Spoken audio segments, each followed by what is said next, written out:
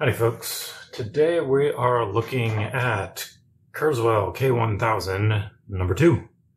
I'm a bit of a glutton for punishment and didn't have enough random swappables to figure out what was wrong with the broken one I already have, so I got another broken one. That's what you do, right? This one I found thanks to a nice gentleman on the K1000, or Kurzweil in general, Facebook users group. Happened to find someone local who was getting rid of one. It does not power on in the slightest.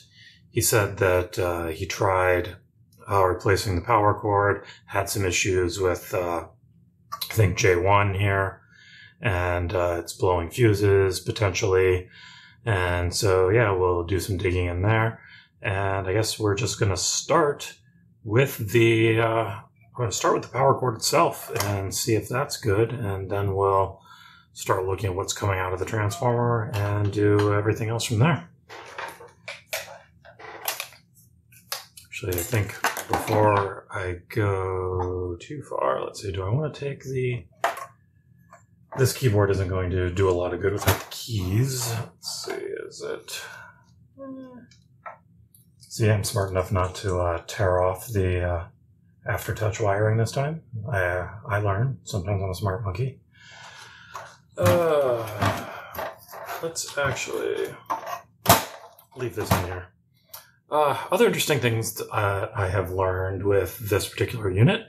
There are supposed to be these things, grounding rails that rub up against the back of the top of the chassis there and connect the grounds together. There's also supposed to be this strappy thing here that keeps the top from just flopping back like it does on the Auto. So yeah, it's always fun getting a second one of what is supposed to be exactly the same thing and learning what's not original about what you already have. Let's see, this one also comes complete with spider webs. Some pretty creepy looking ones that I'm not going to touch with my fingers because I'm kind of afraid that a bunch of spiders are going to come out of them. I'm going to have to deal with that, but not right this second. Alright, so let's start with the power cable.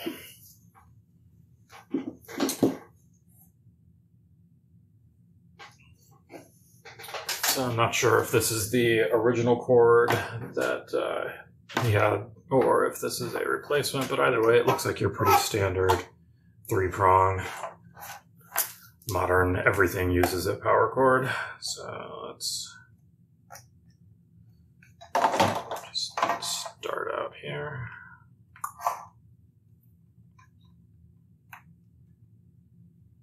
All right, close enough to 120 for my happiness. So power cord is good. Let's see. Fuses look good. Okay, so the next thing we're going to test out here is the readings on the transformer. Alright, I can't see what I'm doing. So, close this and flip it up. This guy also has a pretty crazy voltage switch back here, if I recall correctly. Let's see, or maybe the voltage switch. Oh no, there's the voltage switch there. So it is currently set to, no, you can't see. So you can't see. All right. So there's your input there. Power switch, fuse for the input. And then down here, what you can't read is that does say 120 volts. This is I think a 4-way switch that has a bunch of different voltage options, but 120 is the one that we want, so we're just going to leave that as it is. Let's, while we're back here, check and see if we have a good fuse in the back. All right. Looks good to the eye.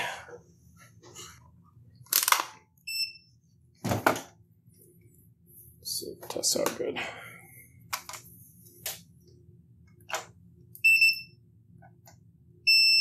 All right. Fuse is good. So we can drop him back in there. leave that turned off. All right, center pin's on top. And we can drop that back down. Open her back up. Seem a little broken, but yeah, we'll deal with that later. Didn't even know those existed until, you know, just now. So, all right. So now, next thing I'm going to do is plug her in back here. All right, now one of the things you'll notice here right off the top is we are missing the screw on this jack, and we'll need to replace that because you'll find a lot of these have this board here is broken right off from people plugging it in without the screw on the terminal here. It puts all of the stress flexing this board here. I don't know if you can see, flexing the board here, which is then just being balanced by this brace over here, and they wind up breaking the PCB here. So let's see what we've got here. So if that guy's ground, then these two should be our 120 in. Yep, so that looks good. And then that comes over to our transformer, which then comes over to this guy.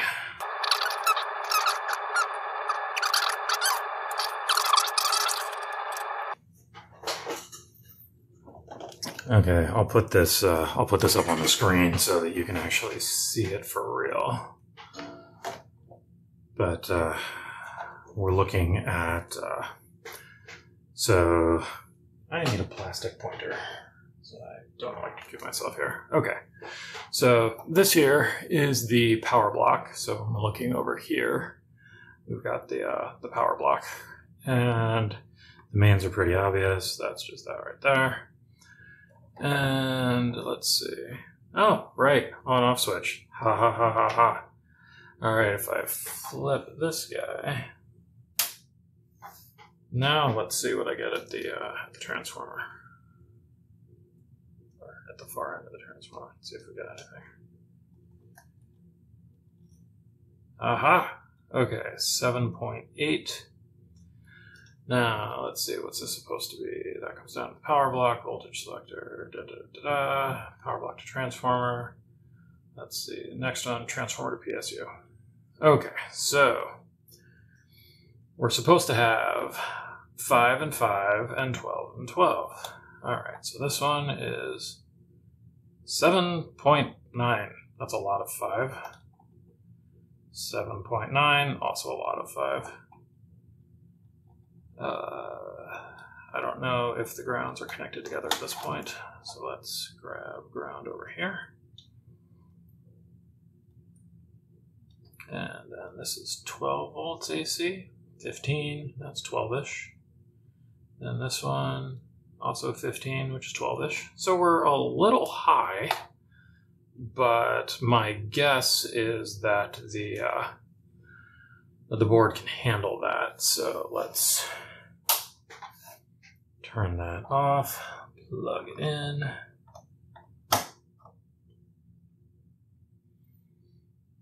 And where do we want to go from here? Let's move this guy over here now. So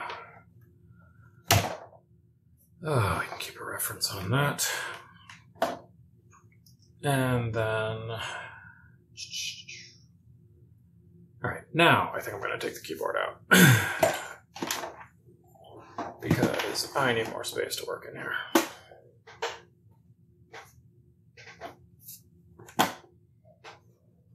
Okay, so we lift that out, take off the wiring for the aftertouch, and not rip it apart this time, and we will pull the ribbon cable, and we'll set this thing aside.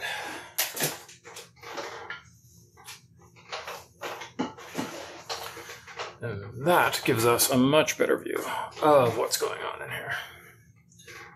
And equally importantly, it gives me a good place to put that. So we've got several harnesses that come off of this board. And I think the first thing we're going to do is we're going to set this right here. Probably shouldn't be setting it on the board there, but whatever. And let's see, that's off. So we are going to unplug the outputs here.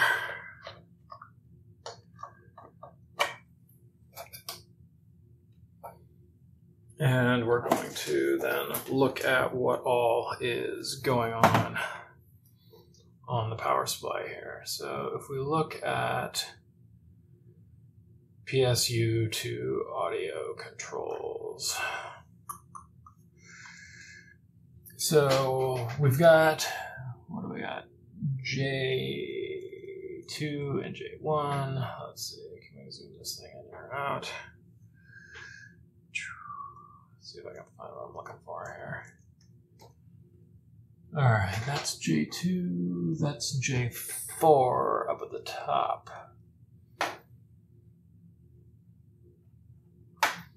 Let's see, wait, no. J4 is the little one. Yeah, J4 is the little one, and the top one is this JPO. Oh yeah, it's J4 over there. I love that they reuse the names on the different boards. That helps a whole lot. That this is J4 here, and then way over here off screen that you can't even see on the other board is also J4. Let's see. So volume slider, input wheels.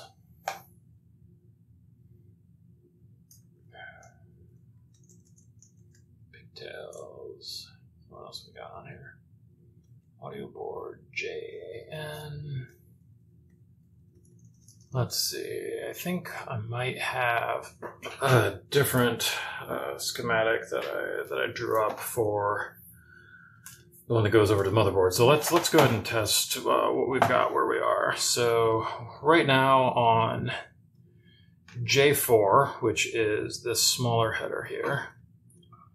Let's see, we've got the empty pins are on the right, so the empty pins right here. So let's just grab ground. Ground should be ground no matter where we're coming from. So that's that. And let's make sure, grab something that isn't ground, turn it back on.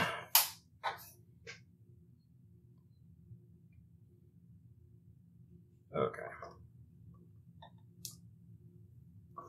Whoa, that's not happy. That was fun.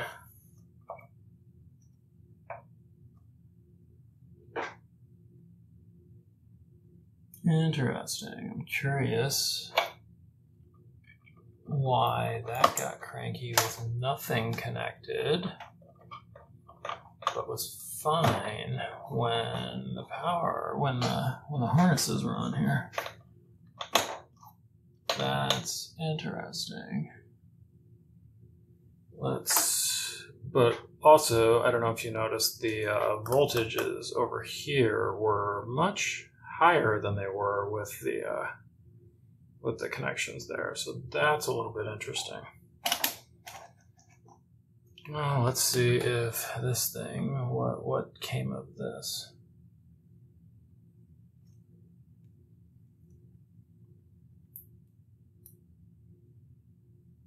Let's see, are you a dead short now? What are you? Not a dead short, but not super pleased.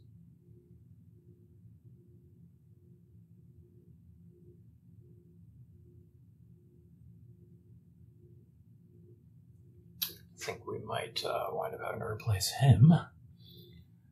I may try just swapping out the entire power supply board here, but before we do that,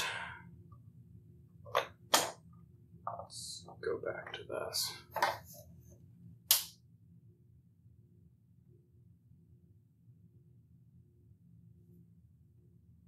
Yeah, something that's 12.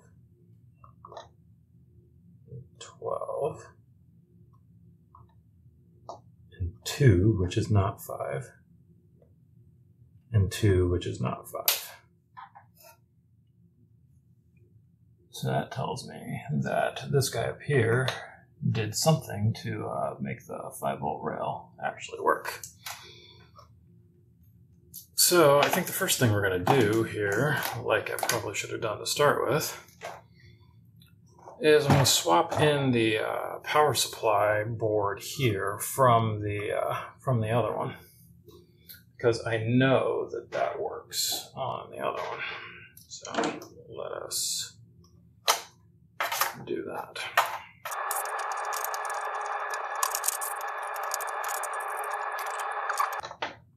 This is a little easier than taking out the screws holding the Darlington packs on the 8044.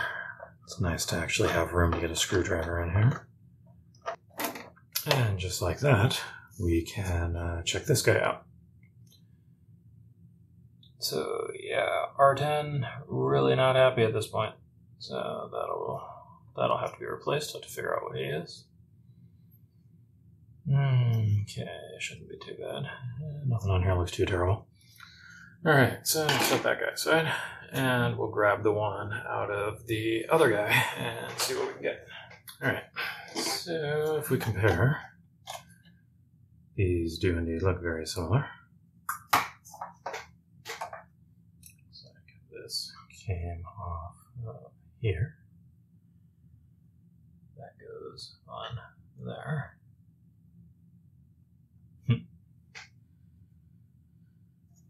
Alright, yep, these all look the same.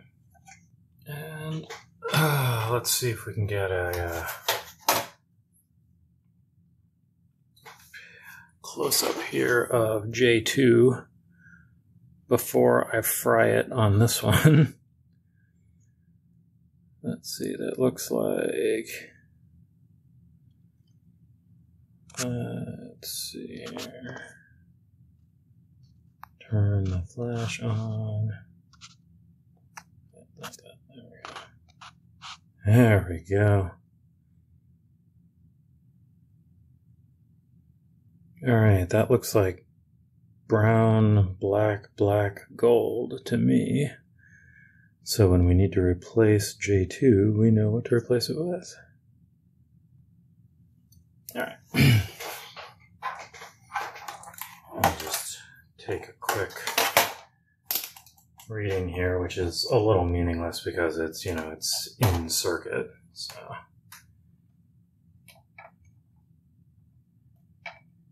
J2 giving me nothing. 20K. Alright, looks like it's reading about 1.4, 1.5K. So we'll see if that lines up with our color banding if we wind up having to replace it.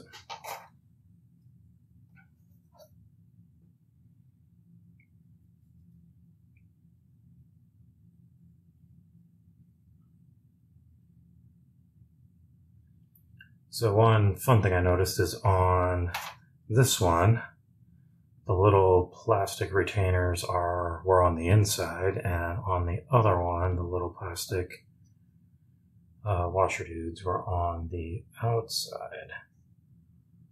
Looking at the construction here, I'm thinking that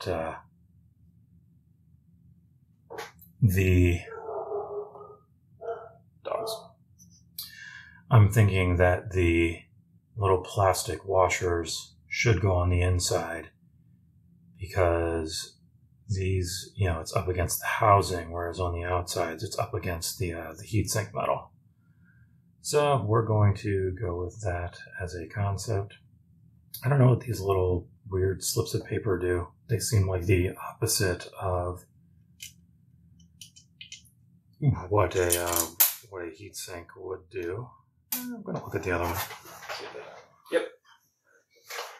The other one has them too, so I'm not sure what exactly they're doing, but it seems like they're supposed to be there. So we'll go ahead and put them back. And then there are a couple of spacers. I wonder if something bad happened there. I wonder if it's rubbing on the bottom because the spacers aren't there. That would definitely be a cause for a problem. So let's set our spacers in here. And just drop a screw in to hold it. These are a real pain in the ass to get the screws in because they go into a nut on the bottom, and there's of course no real working space here. I may see about engineering a easier to work with solution to that. But in the meantime, at least spacers are there, and that'll keep us from dropping the bottom of the board on. So let's see, how much overlap do we have here? It comes in up to there. That's really non-trivial, so it would come straight across here. And yeah, that could short all kinds of stuff out. So yeah, let's take a guess that that might be the cause of the issues. That would explain why I didn't do anything the first time, and then when I tested it again, it was toasty because I was probably had pressed it down so that it was shorting itself out. So that's good times. So hopefully that winds up being the issue, and we'll be able to replace the one burned out resistor and get that power supply board back up and running. But before we get that far, let's get this one in. Let's see, does this fit? Maybe the other one's right, because these don't appear to fit in there. So maybe it is trying to avoid metal on metal. Show you up close on this one. So if we drop this in here, you can see that that doesn't pull all the way in. But if we put it over here, I bet it does. Yep. Pulls in nice and flush over there. All right, so things with the little white washer collars go on the outside. And let's see, we'll go ahead and run one in here as well.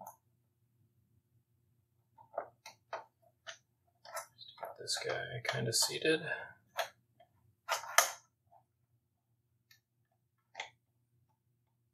Okay, now next, actually I think I'm gonna play games here a little bit to keep things tight. So we'll take this one that we just put in out.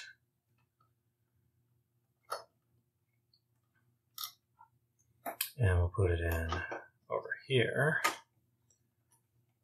Then we should be able to pull the one next to it out without that little heatsink paper falling out. That's my goal. Heatsink prevention paper? I don't even know. Whatever it is. See, there's a bunch of thermal paste all over that guy, but thermal paste and then a piece of paper doesn't make a whole lot of sense to me. But hey, whatever works. Kurzweil was a lot smaller, a lot smarter guy than I am. So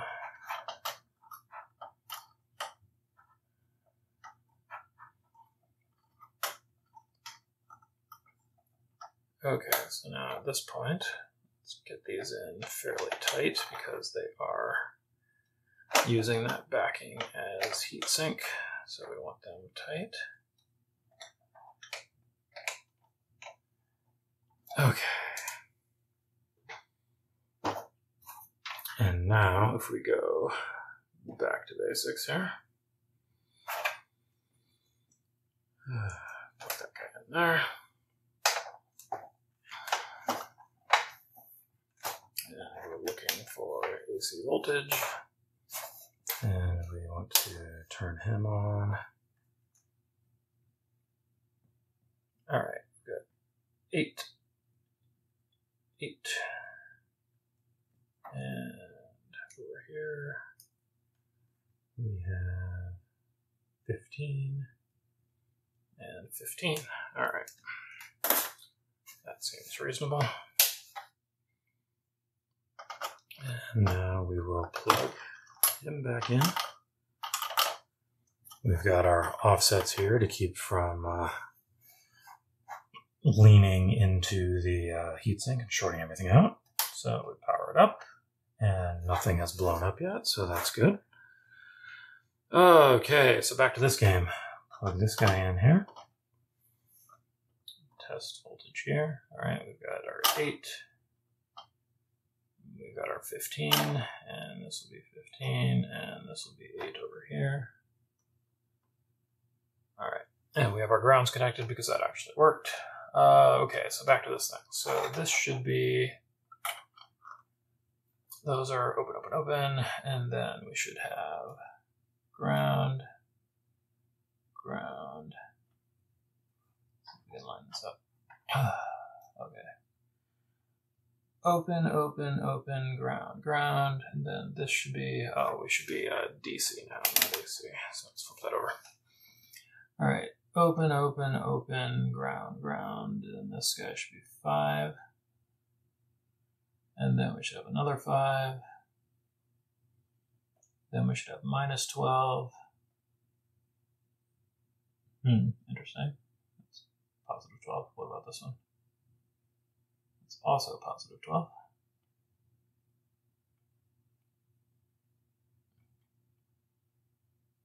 -12 all the way over there. And -12 for both of them on the end. Okay, -12, -12, nothing, -12, -12, -12, -12, nothing, +12,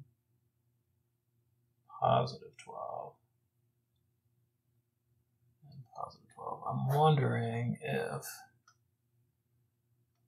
that should really be -12. I wonder if I got that right on the schematic. Let's see, that comes over here to the input wheels.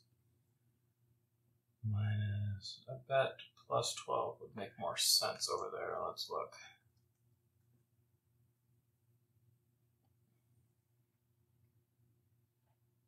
Let's see, once we come over to the mod wheels,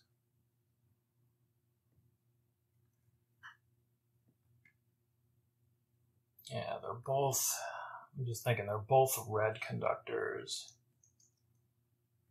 Let's see.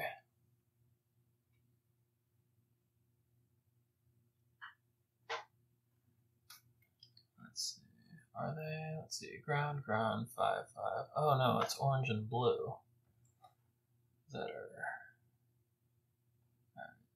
Nothing, ground. Wait, what do we have here on the nothings? 5. We got nothing. We got nothing. 5. 5. 12. 12. Ground. Let's see. I wonder if this says what they're supposed to be.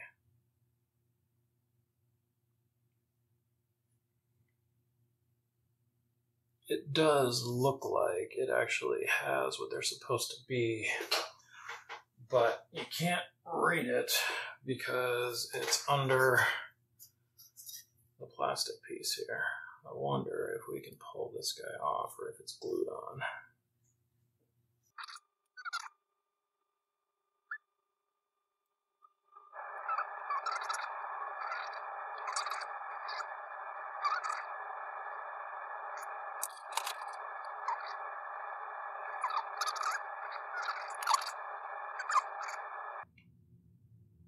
Okay, we can grab the readings across the top. Let's see, this is J2. So this should be minus 12. Then this is analog ground. Then this should be positive 12. And then this should be positive 5. Another positive 5. Digital ground. And I'm not sure what we got here. Nothing, nothing, nothing. 5. Okay. Let's see, do I have a different diagram for that? So on the power supply, okay, yeah, if we look here, we're starting at the bottom here.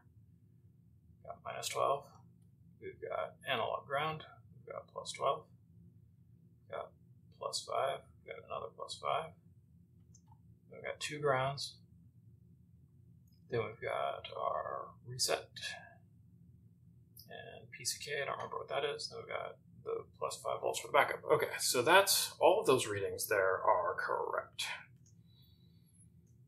So we're going to turn this guy off again. And let's see if this thing actually powers up now with a good power supply. And, you know, not shorting out the power supply on its heatsink.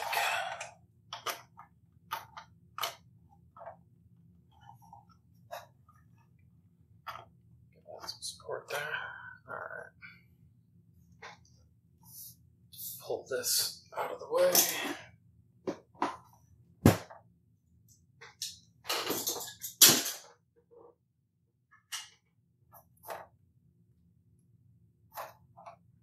And let's make some magic smoke. What do you think? All right, that's in the right place, that's in the right place. Nothing here feels like it's shorted or sitting on anything stupid. All right, let's flip it on and see what it does. And we have boxes.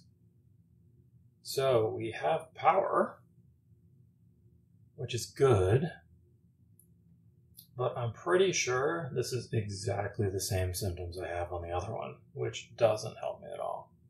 So yeah, this will be fun times. We do have power though, so that's a good start. So I think that'll do for today. And next time around, we'll probably go about replacing our fried J2 over here and see if we can get this power supply back up and working. And then we will see if we can troubleshoot what looks to be a very similar issue to what the other one has. We'll see if we can find any differences between what these guys are doing. See if we've got any differences in the ROM, see if, you know, just, again, compare everything we've got and try and figure out what the good stuff is, and we will figure it out from there. So thank you as always for watching, and we will see you in the next one.